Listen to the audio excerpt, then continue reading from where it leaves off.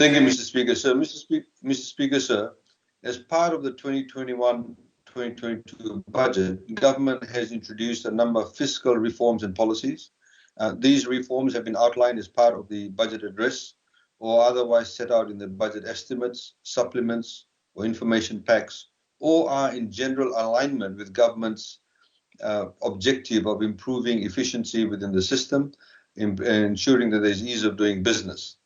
And these, of course, have all been released through various policy announcements and in conformity with the budget announcement itself. As a result of the 2021-2022 budget reforms, the following 16 consequential bills are required, which I've just read out, and of course there are more which we'll discuss later on.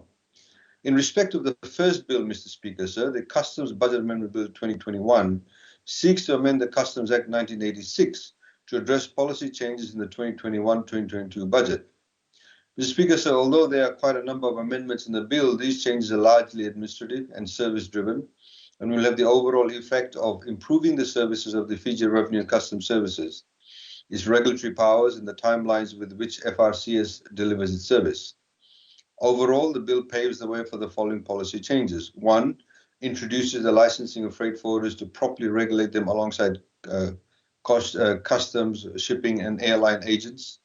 Allows ships to provide advance notification of arrival not less than 48 hours, allows for the relodgement of claims for refund within 30 days of being notified of the decision, introduces provisions for the services of service of documents by electronic means, reduces the period of notice for notice of claim from 3 months to 14 days, reduces the period for procedure after notice of claim from 2 months to 14 days, introduces a penalty of $500 on persons that make payment of duty on checks that are dishonored, makes directors personally liable for duty for companies that are in financial difficulties in line with the Tax Administration Act 2009, and introduces an offence provision for importers that do not maintain proper records as required under Section 114A of the Customs Act. Mr. Speaker, sir, in the interest of time, I only focus on two key changes in the bill. Firstly, the bill paves the way for the regulation of freight forwarders by FRCS and introduces the definition of terms freight forwarder. Freight forwarders generally manage shipments and ensure that goods are delivered according to the instructions of the client. Pursuant to the changes in this bill, freight forwarders will now be regulated under the Customs Act like customs, airline, and shipping agents to ensure that they maintain professional and acceptable standards of service. Secondly, Mr. Speaker, sir, the bill includes provisions for the service of documents by electronic means. As part of business modernization and automation of processes, this allows FRCS to serve documents by electronic means to importers, including foreign nationals. Mr. Speaker, sir, I won't go into the specific clauses of the bill. The members would have an opportunity to read those. The next amendment, Mr. Speaker, sir, is Bill number 9, which is the Customs Tariff Budget Amendment Bill 2021. The Customs Tariff Budget Amendment Bill 2021, Mr. Speaker, sir, seeks to amend the Customs Tariff Act 1986 to address the following policy changes in the 2021-2022 budget. Reduction of fiscal duty on green tea from 5% to free, reduction of fiscal duty on fruit juices that is not manufactured locally or that has no added sugar from 32% to 15%, reduction of fiscal duty on Vegemite and the like from 32% to 5%, reduction of fiscal duty on lead-acid batteries from 32% to 15% as a means of assisting public service vehicle operators such as buses and taxis, and even individual domestic users for cars. Reduction of fiscal duty on audiovisual equipment such as television cameras, digital cameras, video camera recorders, pocket-sized radio cassette players, and radio receivers from 5% to free. Reduction of fiscal duty on spare parts for electrical equipment from 5% to free. Increasing the fiscal and excise duty on non-woven bags from 5% to 32% and free to 10%, respectively, to provide protection for domestic suppliers. Extend concession code 124 to include cement, timber, wood, reinforcing bars, veneer plywood, nails, and/or other locally manufactured goods, which may not be available locally at a reduced rate of duty of 5% fiscal and free import excise. Given the current shortage of cement locally, these items can now be imported into Fiji at a concession rate of 5% for a period of 6 months from 1 August 2021 till 31 January 2022.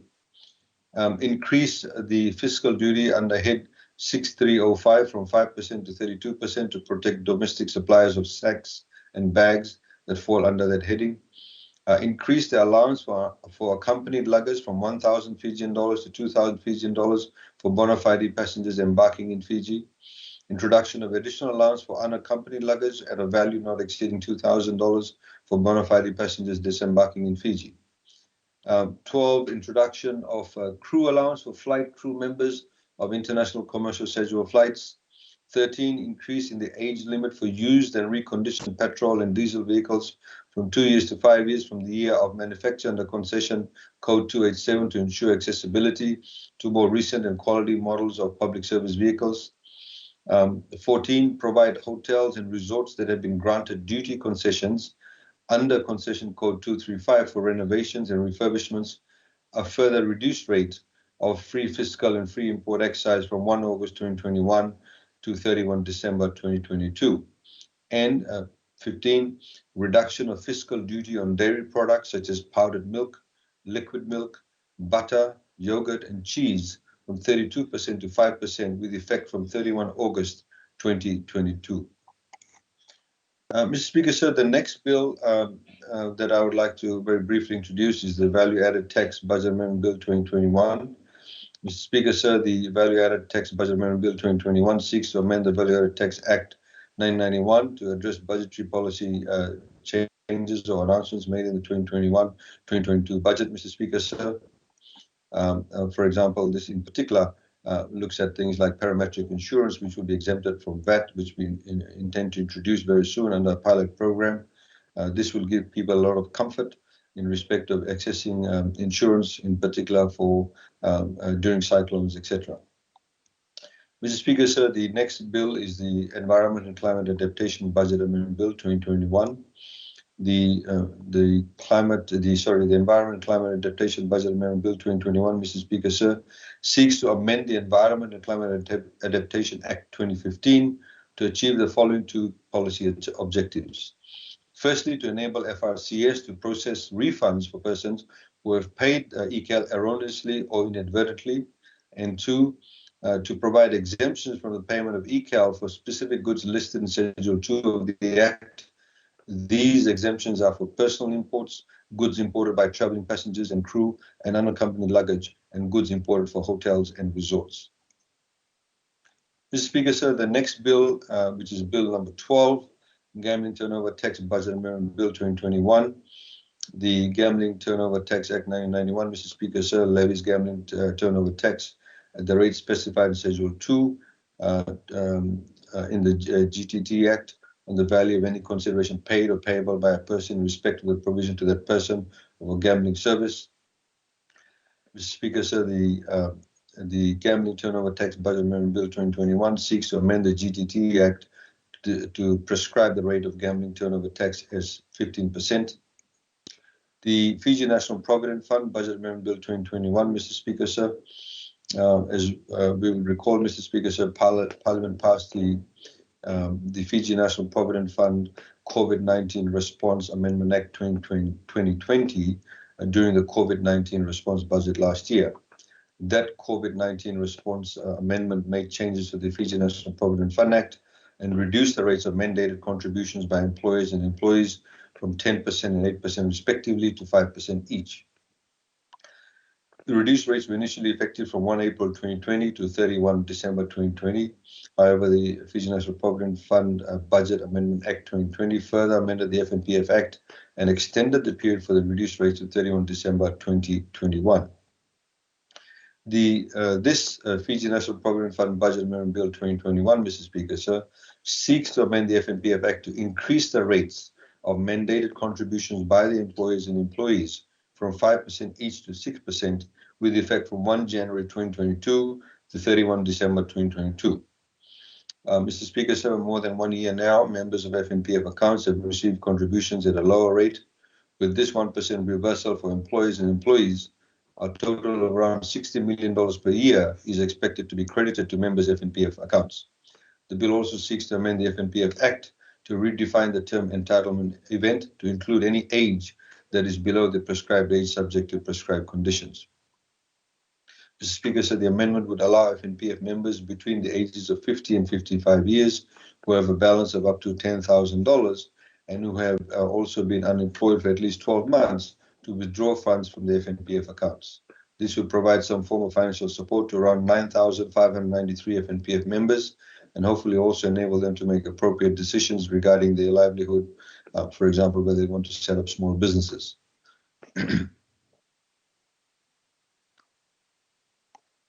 Mr. Speaker, sir, the Employment Relations Budget Amendment Bill 2021, which is Bill number 14. In 2020, Mr. Speaker, sir, Parliament enacted amendments to the Employment Relations Act 2007 to reduce the entitlements for family care leave and paternity leave, paternity leave from 5 days to 2 days during the COVID-19 period. These were measures taken to help businesses and employers cope with the COVID-19 pandemic. However, given the current outbreak and the continued effect of COVID-19, it has become prudent to reduce these entitlements while increasing employee and employer contributions from 5% to 6% to the National Provident Fund. In fact, all employers said that they didn't want it increased to 6%, but this essentially we've increased it to 6%. However, we've reduced the family care leave and the paternity leave by 1 day. This, of course, Mr. Speaker, sir, has met with satisfaction from the employers too, because at this point in time, the issue was cash flow, and the fact that we will have these reduced by 1 day to give some level of comfort and solace to the employers, and will not see any reductions in employment, but hopefully also see increase in employment numbers. Mr. Speaker, sir, the next bill, Bill 15 of 2021, Tertiary Scholarship and Loans Budget Amendment Bill. Mr. Speaker, sir, the Tertiary Scholarship and Loans Budget Amendment Bill 2021 seeks to amend the Tertiary Scholarship and Loans Act 2014. Under the Act, the Tertiary Scholarship and Loans Board functions include the processing of applications made for schemes under the Act and assessment of continuing scholarship holders. The Act also provides the board with such powers necessary for the performance of its functions under the Act. Section 14 of the Act establishes the Secretariat, which comprises the CEO and other staff as the board deems necessary, but does not provide for the specific functions of the Secretariat in relation to the board in the Act. The bill therefore seeks to amend the Act to allow the board to delegate its functions and powers of the board to the Secretariat, to enable the Secretariat to assist the board in the administration of the provision of the Act. The bill also makes adjustments to the eligible institutions and available scholarship and tertiary education loan schemes under the Act. Furthermore, given the broad range of functions of the board under the Act, the bill also seeks to amend the Act to reflect a service approach by the board. The bill therefore changes all references from the Tertiary Scholarship and Loans Board to the Tertiary Scholarships and Loans Service. Mr. Speaker, sir, the next bill, Bill number 16, the State Lands Budget Amendment Bill 2021, is essentially a replica of the next bill, which is Bill number 17.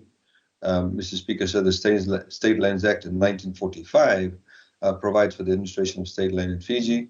Section 13 of the State Lands Act states that it is unlawful for a lessee under protected lease to alienate or deal with the land comprising the protected lease, whether by sale, transfer, or sublease, or in any other manner without the written consent of the Director of Lands.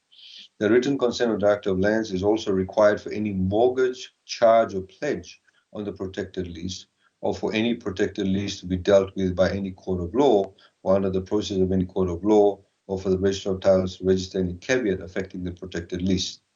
Mr. Speaker, sir, to obtain the written consent of the Director of Lands takes any time between days to months, and on certain occasions even more than a year. There's a huge backlog of applications which have not been dealt with to date, and we receive frequent complaints from members of the public on these delays at the Department of Lands, which is simply unacceptable. The State Lands Budget Amendment Bill 2021, Mr. Speaker, sir, seeks to amend the State Lands Act to remove the requirement of obtaining the written consent of the Director of Lands for any mortgage, charge, pledge, or caveat on a protected lease, or what we call a registered lease, for any such lease to be dealt with by any court of law or under the process of any court of law. This will ensure faster service delivery to lessees, and third parties will no longer need to obtain the consent of the Director of Lands for certain applications, and they can directly register instruments with the Registrar of Titles or lodge proceedings in court. Consent, however, Mr. Speaker, sir, as with the next bill, is still required for dealings such as sale, transfer, subleasing, assignment, subletting, building, rezoning, and so forth. However, with these amendments, Mr. Speaker, sir, consent can only be refused where there is a breach of any lease condition and the application is not in accordance with the law. Mr. Speaker, sir, the next bill, which is Bill number 17, the Itaukei Airlines Trust Budget Amendment Bill 2021. Mr. Speaker, sir, the Itaukei Land Trust Act 1940 provides for the administration of Itaukei land in Fiji.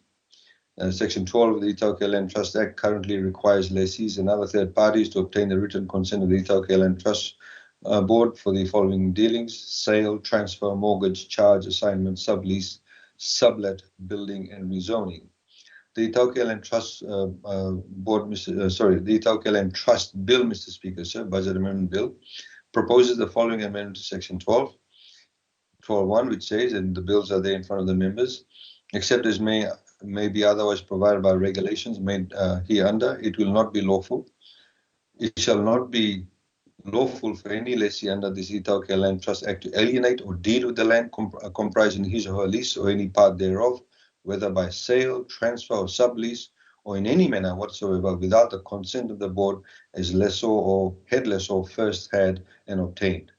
The granting or withholding of consent shall be in the absolute discretion of the board, and any sale, transfer, sublease, or other unlawful alienation of dealing effected without such consent shall be null and void, providing that nothing in this section shall make it unlawful for the lessee or residential or commercial is granted before 29 September 1948 to mortgage such lease.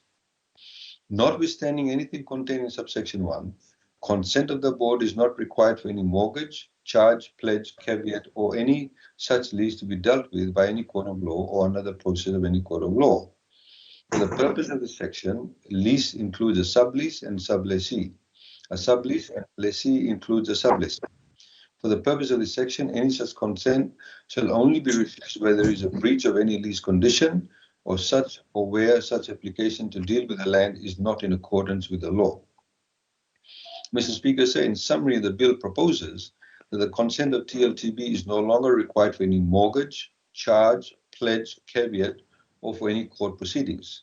Furthermore, Mr. Speaker, it also provides that for any other dealing which requires the consent of TLTB, consent can be refused by TLTB where there is a breach of the lease condition or where the application is not in accordance with the law. Mr. Speaker, sir, it is important to highlight that the removal of consent under the bill only applies to leases which are properly issued by TLTB and which are registered with the Register of Titles. As explained, Mr. Speaker, sir, the registered proper leases are only issued by TLTB after necessary consents of the Itaukei landowning units are obtained, and after terms and conditions such as rent and premium are prescribed by TLTB in a proper lease agreement. The bill does not apply to Waka Vanua and other ad hoc arrangements for occupation, which are not properly registered under the law. Mr. Speaker, in addition to the above, and as announced in the 2021-2022 annual budget address, consents are no longer required for connecting water and electricity on any state or Itaukei leased land. Again, to reiterate, this only applies to registered leases. As I highlighted also, an identical amendment has been proposed for all state lands under the State Lands Budget Amendment Bill 2021, under which the consent of Director of Lands will no longer be required. In a social media video, Mr. Speaker, Sir Honorable Tambuya has maliciously alleged that the bill will result in landowners losing their rent payments, as well as losing control over the lands. Under Section 4 of the Itaukei Land Trust Act, the control of all Itaukei land, Mr. Speaker, sir, unless the land owning unit decides to lease the land through the Land Use Act administered by the Lands Department, is vested with the TLTB, and all such land is administered by TLTB for the benefit of the Itaukei landowners. Before any Itaukei land is leased by TLTB, the express consent of the Itaukei landowners is obtained. Following the consent of the Itaukei landowners, TLTB assesses the land value, the use of the land, the amount of premium and land rental, lease terms and conditions, including tenure of the lease. Once land is leased, the amount of premium and land rent to be paid is fixed and forms part of the lease, which is registered as a legally enforceable instrument with the Register of Titles. Any dealing with the lease does not in any way affect the land rent or premium, which are to be paid by the lessees to TLTB for the benefit of the Itaukei landowners. And in fact, there is a review provision built into these leases also. Therefore, a mortgage over lease does not affect the land rent or the premium or any other term and condition of the lease. A mortgage also does not prevent a reassessment of rent to be carried out over all Itaukia leases pursuant to the terms and conditions of the lease and the Itaukia Land Trust Leases and Licenses Regulation 1984.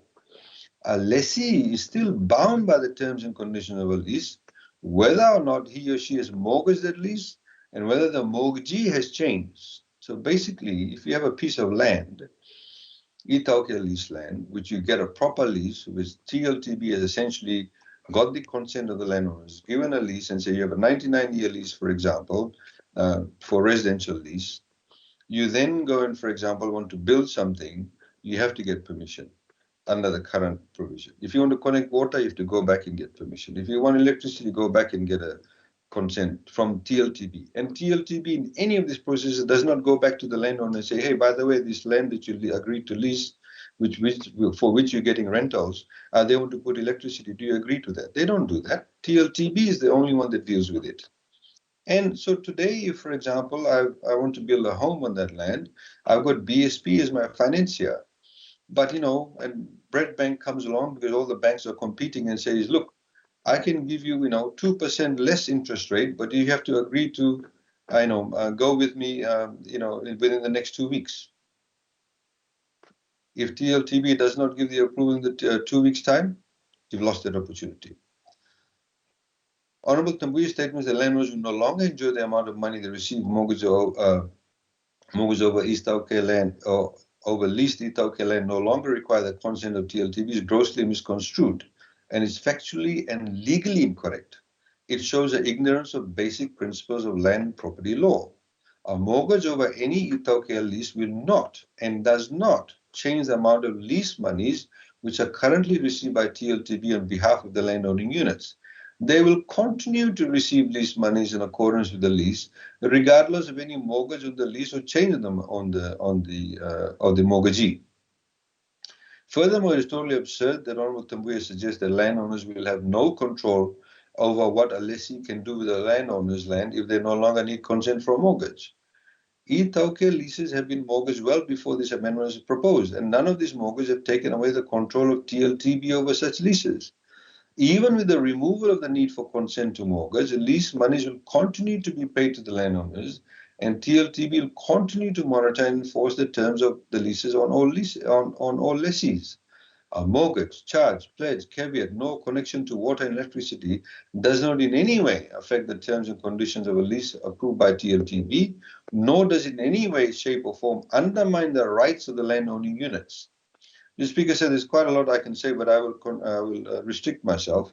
Suffice to say, Mr. Speaker said very quickly, even though the consent of TLTB would not be required for a lease to be mortgaged, the ownership of the land will always remain with the landowners. Any person with basic knowledge of conveyancing and land law will know that a mortgage only deals with the lease and not the ownership of such land.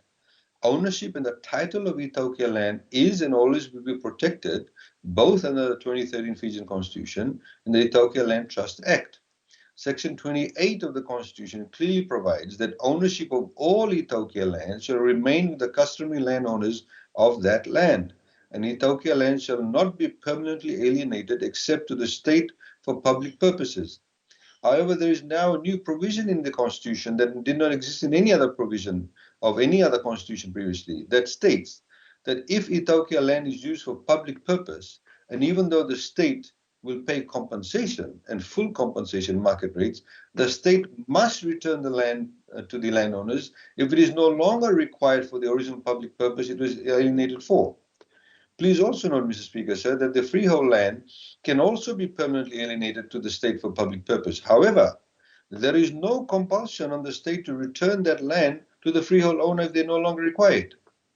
Section 5 of the Itaukia Land Trust Act also ensures that Itaukia land shall not be alienated by Itaukia landowners, whether by sale, grant, transfer, or exchange, except to the state.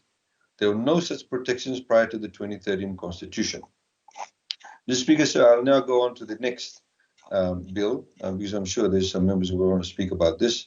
Mr. Speaker, sir, the next bill is the Biosecurity Budget Amendment Bill 2021, which seeks to amend the Biosecurity Act 2008, to provide that the minister responsible for the act may exempt fees and charges in consultation with the Biosecurity Authority of Fiji, provide for the appointment of vessel or aircraft clearance agents to clear vessels or aircrafts under the act, and enable efficient and effective service delivery by BAF pursuant to the act.